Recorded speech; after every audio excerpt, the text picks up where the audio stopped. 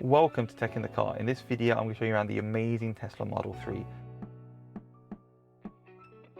Big thank you to Clive for letting me use his Model 3.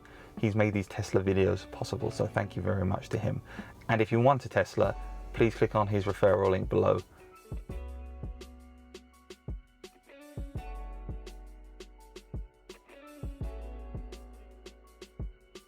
And then we have Mars, where we can tap on this, and now we're on Mars.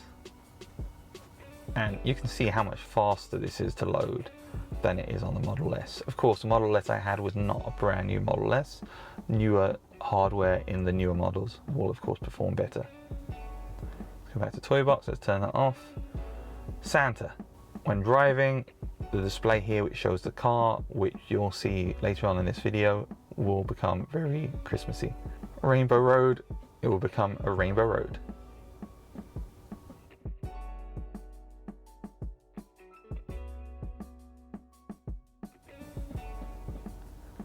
Look at entertainment. So here we go. So this is really cool. So this was again not available on the Model S, but it's available on here. We can now have YouTube in the car and Netflix. Here we go. And let's search for myself. Tech in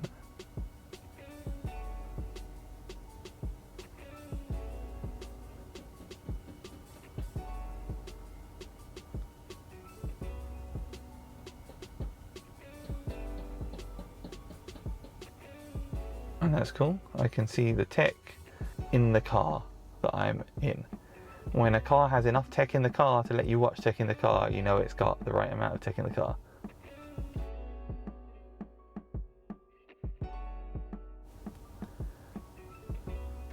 So YouTube, that's very cool. Netflix, there we go. Netflix in the car. Twitch, and you've got Tesla tutorials. We've got arcade games, so you can play arcade games on here.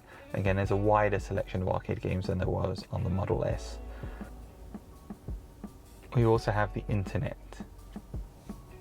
And of course, your favorite site should always be Tech in the Car, where you can see all the information about my latest videos and my social media posted.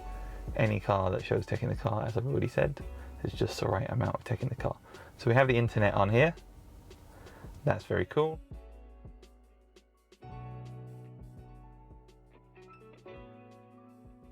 Charging. So let's talk about charging. Just like in the Model S, it gives you a lot of information about the amount of battery you have left, or the amount of range, the amount of charge that the battery holds. So you can see information about the current charge. You can see the scheduled departure if you want to schedule a departure using navigation, which we're going to in a second. You can see your supercharging, and of course you can open the charge port. Being a Tesla, I can also see my energy consumption. You can see it here. You can see the average is 288 watt hours. It's projected to have 213 miles of range based on its current usage. However, right now it would have 277 miles of range because it's not using as much power. Even though I'm sitting here in the car showing you all of this systems on the car, it's using less power than if it was driving. You can go between the average range. You can change the consumption of energy usage over 5, 15, 30 miles. So you're able to adjust that as well. Let's have a look at camera. Now, this car has a lot more cameras than the other car. I can see behind me, I can see to the right hand side, I can see to the left hand side. That's very cool. It's fantastic to be able to see that. I have a great view of what's going on around me. This is a very sharp image, it's very clear. I can really see very well what's going on. So I love that. Great camera, Tesla. Calendar, connect it to my phone, I can have my calendar. And calls, I can connect it to my phone via Bluetooth, and I can have access to my favorites and my contacts. That is the car infotainment settings. Let's have a quick look at the climate control. So if I tap on the fan icon here, again you can see this has got a very different design to the Model S. We now have this display which shows where the air is coming out of, which is very cool. And I can adjust where it's coming on the screen like this. And I can also adjust how wide it is, like this. Same on that side as well.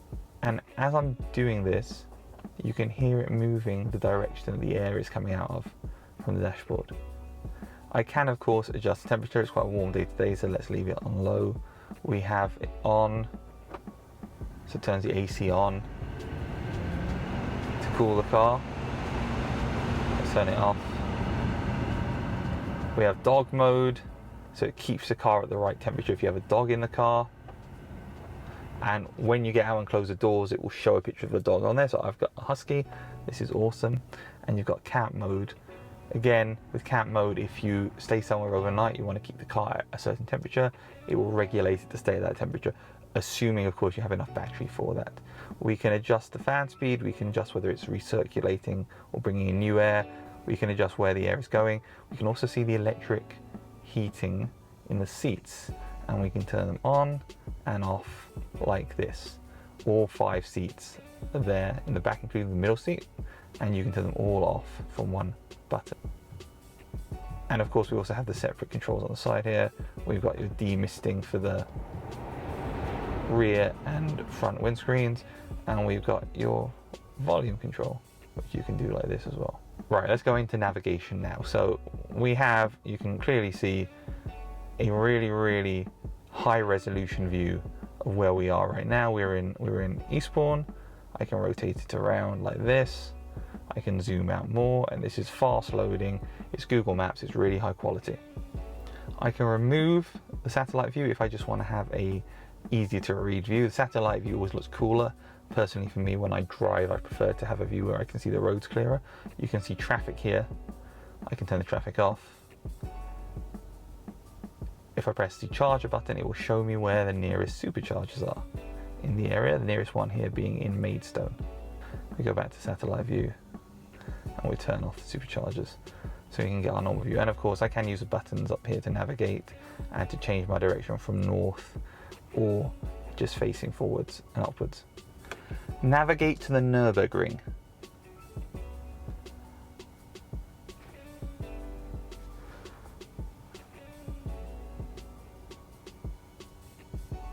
You can see how quick that navigated. Now this is really interesting. It's telling me that in order for me to get to the Nürburgring, I need to stop at a supercharger in Belgium in a place called Aalst, and I'll get there with 5% battery. And when I get there, I'll need to charge for 55 minutes, and that will give me enough range to get to the Nürburgring with 9% of battery left. The total trip is 395 miles, and it will take 7 hours and 51 minutes to get there. If we go back into our energy usage and we click on trip, you can now see exactly what that's showing me. It's showing me that it starts at 87% and it ends up in the red with a exclamation mark telling me my battery is about to run out, but I should be able to get there. It says stay below 70 miles an hour to reach your destination. Tesla gives you that peace of mind to know wherever you're going, no matter how far it is, you'll know how much range you have, where you need to stop, and how you need to get there. You can see the entire route here. If we look at Aalst, the supercharger, you can see how many stalls are available. This updates in real time. So if it gets too busy, you'll see there's no stalls left. If it gets less busy, cars leave, it will show that as well. You can see the fees and you can see the other facilities at the supercharger that are there. And again, stay below 70 miles an hour to reach that. Really cool. Thank you, Tesla, for giving us such fantastic technology in the car. Let's have a look at our dashboard settings now. So you can see we're currently in park because we're parked, 87% battery. The car's name, Marvin, which is named after the paranoid android from Hitchhiker's Guide to the Galaxy. I can open my fruit, boot, my trunk from these settings. I can unlock the charging port as well. I have quick access settings to my camera, so I can see what's been going on. And again, the camera here is really beautiful. We've got our battery state and its current condition, and we've also got quick access to the voice control. Navigate to the nearest Starbucks. This is the navigation to the nearest Starbucks, and I won't use any of my charge to travel the less than a mile to get there. I can also adjust my windscreen wipers, turn them on, off, adjust the amount they're on, set them to auto, turn them off. If I swipe to the left here, I can see my trip information. If I swipe to the right, I can see my car status. all here in the dashboard. Obviously when driving, which I'll show you, you'll see the car in relation to what's around it, the road, the lane markings, all the other stuff you would expect from a Tesla. Currently in this park position, this is all it shows me. There are also quick settings at the top here. We have Bluetooth, so I can add my phone and pair it if I want to listen to music over it or make phone calls. I can also access my connectivity settings, connect to Wi-Fi if I want to or need to, and I can add my Wi-Fi network, turn it on and off. Home link, if you have a home link enabled home, you can do that here as well. I love this. So this is dash cam settings. So this is using the dash cam. This is a software update to this car. And you can see here, this is live footage now that's being recorded on the dash cam. You can see what's behind us. You can see what's to the left. You can see what's to the right. Really, really easy to see. If I click up here, I can go into the options here and I can choose Sentry Mode or dash cam or all. If I click on recents, it takes me back here. If I click on Sentry, it takes me to this, and you can see here in the rear something was moving, so the car has noticed that using the sensors and it saved it and alerted the owner of the car using Sentry Mode.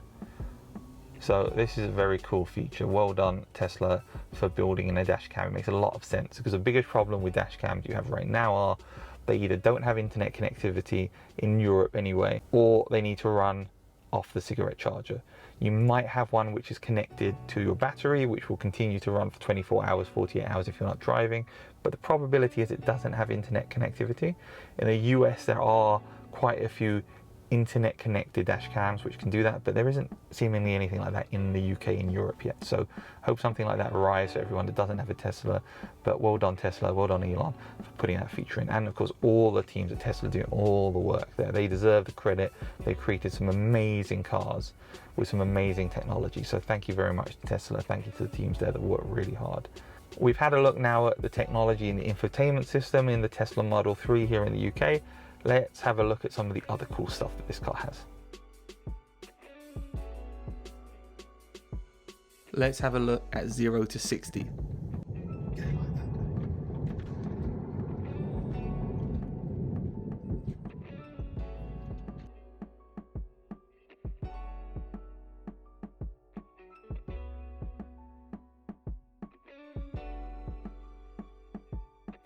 Let's have a look at reversing on the Model 3 and see how its sensors and cameras work.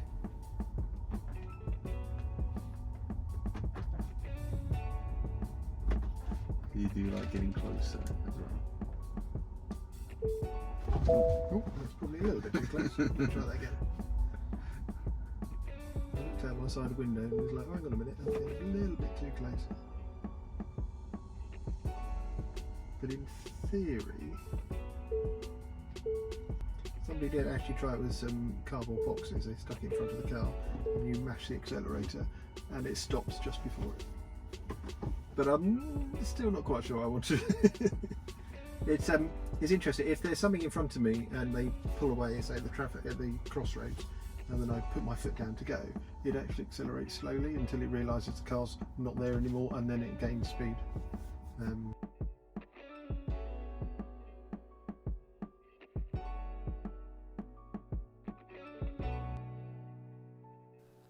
We've seen how quickly, how ludicrously fast the Tesla Model 3 can go from 0 to 62, and we've also seen how it uses all its sensors and cameras to reverse in this video. Now let's have a look at its headline feature, the Tesla Autopilot. The Autopilot is unique, there's nothing else like it. There are cars with similar self-driving functionalities, especially in the current generation, cars like the Golf 8 that I showed you and other new cars coming out as well. But Tesla is unique in that it shows you all this information on the screen in front of you. Yes, it's a very different display to what we're used to, but that screen shows you it all. There's full transparency of what's going on around you.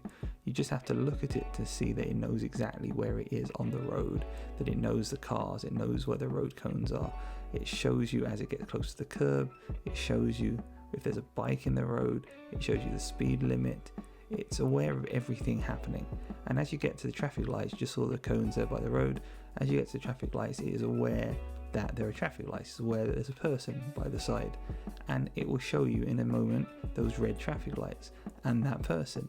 And as you're sitting there waiting, there is no other car which does that, which shows it to you like this right in front of you, so you can see exactly what's going on and when it's going on. And so when it does turn green in a moment, you'll be able to see that too. Here we go, it's gone green, and I can see exactly where I am. There's that guy on the corner of the road, and this is amazing from Tesla.